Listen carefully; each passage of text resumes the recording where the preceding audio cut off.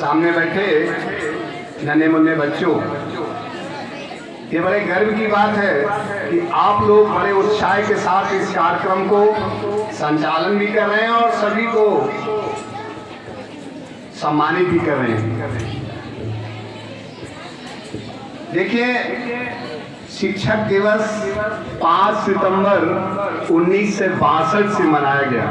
क्योंकि सर्वपल्ली डॉक्टर राधाकृष्णन के शिष्य उनको सम्मानित करने गए तो उन्होंने कहा कि हमारा जन्म दिवस इस तरीके से ना मनाया जाए, शिक्षक दिवस के रूप में मनाया जाए। इसीलिए 5 सितंबर उनके जन्म दिवस का जो एक दिन होता है वो शिक्षक दिवस के रूप में मनाया जाता है। थोड़ा हम उनका जीवन परिचय दे दें। सर्वपल्ली डॉक्टर राधाकृष्णन बहुत बड़े शिक्षाविद, एक विचारक और कुशल वक्ता, हिंदी संस्कृत भारतीय संस्कृत के संवाहक और वेदों के भी ज्ञाता थे। राधाकृष्णन का जन्म एक गरीब ब्राह्मण परिवार के घर में, उस समय मद्रास प्रेसिडेंसी जो बाद में आंध्र प्रदेश और वर्तमान में तमिलनाडु है, वहाँ एक छोटे से गांव तिरुतानी में हुआ था। आपके पिताजी राजस्व विभाग में थे, उनका नाम वीरा स्वामी था और आपकी माताजी का नाम सीता अम्मा था। गरीबी होते हुए भी शुरू से मेधावी छात्र थे। प्राथमिक शिक्षा इनकी गांव में हुई। बाद में आप जो एक बड़ी धार्मिक जगह है तिरुपति, वहां जाके उन्होंने शिक्षा ग्रहण की। पूरी इनकी शिक्षा इनको स्कॉलरशिप के द्वारा ही इनकी शिक्षा इनको मिली। बाद में इनके पिताजी ने इनको आगे पढ़ाई के लिए तिरुपति भेजा और वहां से वो मद्रास गए। 8 मई सन 1903 को इनकी शादी एक पारिवारिक लड़की के साथ हुई जिनका नाम शिवा कामू था। आपके 5 पुत्रियां और एक बेटा जिनका नाम सर्वपल्ली गोपाल था, जो इतिहास के बहुत बड़े ज्ञाता रहे हैं। सन 1906 में इन्होंने पोस्ट ग्रेजुएशन किया और 1909 में ये सहायक प्रोफेसर के रूप में इनकी नियुक्ति हो गई। बाद में मद्रास प्रेसिडेंसी कॉलेज में इन्होंने प्रोफेसर के रूप में कार्य किया और दर्शन शास्त्र के ये HOD head of the department रहे। सन 1921 से सन 1936 तक आप आंध्र विश्वविद्यालय के वाइस चांसलर रहे। इसके बाद 1936 से लेकर 1948 तक आप बनारस हिंदू विश्वविद्यालय के कुलपति रहे। इसके बाद 1948 से लेकर 1949 से लेकर 1952 तक आप रूस में विदेश दूत के रूप में कार्यरत रहे। सन 1952 से लेकर सन 1962 तक स्वतंत्र भारत के पहले उपराष्ट्रपति हुए। 1962 से लेकर 1967 तक द्वितीय भारत के राष्ट्रपति रहे।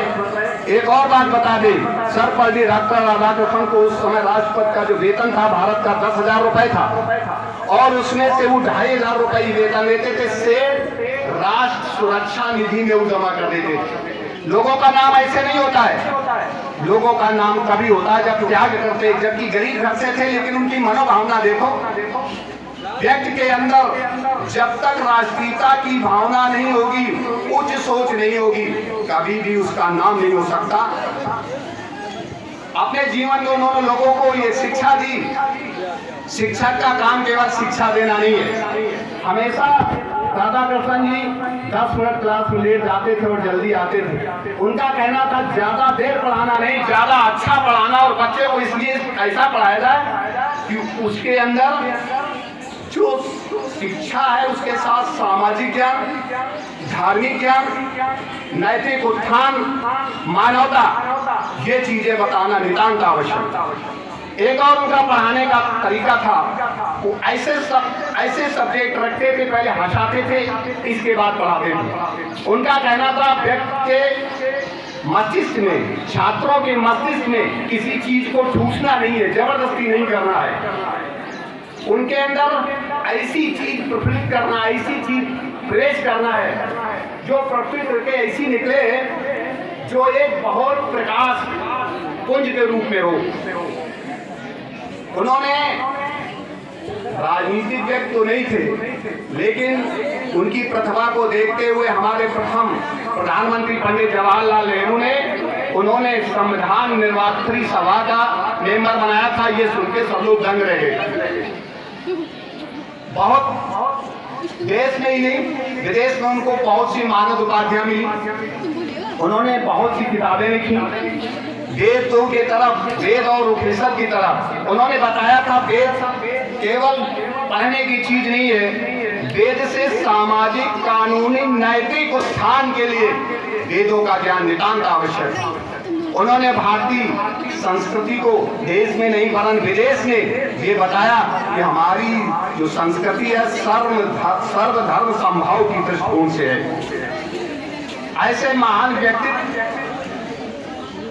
जो भारत के आज तक उन लोगों के दिमाग में छाए हुए हैं। अपने समय के जिस समय वो राष्ट्रपति थे, विश्व के राष्ट्रपतियों में एक बार मूल्यांकन किया गया तो सबसे योग्य राष्ट्रपति भारत के सर्वपल्ली डॉक्टर राधाकृष्णन। उसी समय एक विश्व सुंदरी प्रतियोगिता हुई, उसमें एक जो लड़की थी वो विश्व में सबसे सुंदर थी, उसका चयन हुआ। उसने एक पत्र लिखा सर्वपल्ली डॉक्टर राधाकृष्णन को और उनसे आग्रह किया कि हम विश्व की सबसे सुंदर महिलाएं और आप विश्व के सबसे सुंदर ज्ञाता विद्वान राष्ट्रपति, तो आप हमारी आपकी अगर शादी हो जाए तो होने वाली संतान आप जैसी बुद्धिमान और हमारी जैसी सुंदर हो। तो उन्होंने उत्तर क्या दिया था, बहन ये बात तो हम स्वीकार कर लें, लेकिन कहीं ऐसा ना हो सुंदरता हमारी बढ़ जाए और बुद्धि आपकी बढ़ जाए, तो सब उल्टा हो जाएगा। देखिए किस तरीके से उनकी सोच क्या थी और किस तरीके से बयान करके संबोधित करके और उसको कैसे संतुष्ट किया। किसी सामने वाले को बात ऐसी कही जाए, बात भी कह ली जाए और बात खराब भी ना लगे। हमें बड़ी खुशी है कि आप लोग बड़े उत्साह से इस कार्यक्रम का आयोजन कर रहे हैं। और शिक्षक केवल शिक्षक ही नहीं है, शिक्षक एक बच्चे के भाग्य को बनाने के लिए, राष्ट्र के भाग्य को बढ़ाने के लिए, राष्ट्र को उन्नत ले जाने में बहुत बड़ा योगदान होता है। लेकिन शिक्षक के बाद भी शिक्षा कैसे बोलो, उसके अंदर ये भावना होना चाहिए। शिक्षक ये नहीं है कि पढ़ाना एक व्यवसाय। जब वो ये दृष्टिकोण से सोच ले कि हमें छात्र को इसी तरीके से संतुष्ट करना है, समझाना है, ज्ञान देना है, सामाजिक ज्ञान देना है, क्योंकि जो छात्र होते हैं वो किसी देश के भाग्य विधाता होते हैं।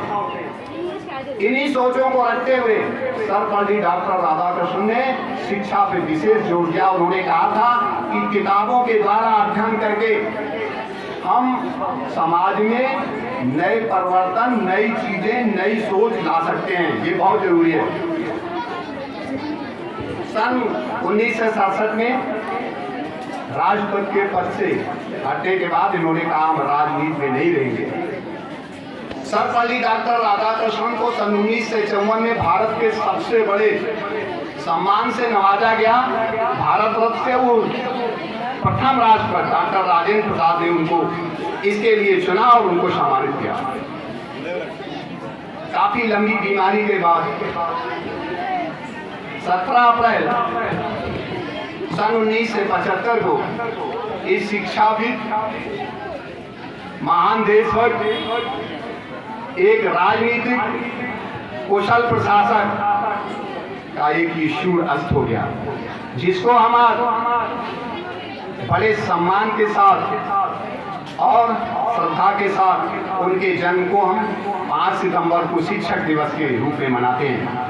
हम ये कामना करते हैं ऐसे महान व्यक्तित्व के धनी लोगों से हमें कुछ सीखना है, समझना है। इसके साथ आप लोगों को शिक्षक दिवस की बहुत बहुत बधाई देते हुए अपनी बात को यही विराम देता हूँ। धन्यवाद।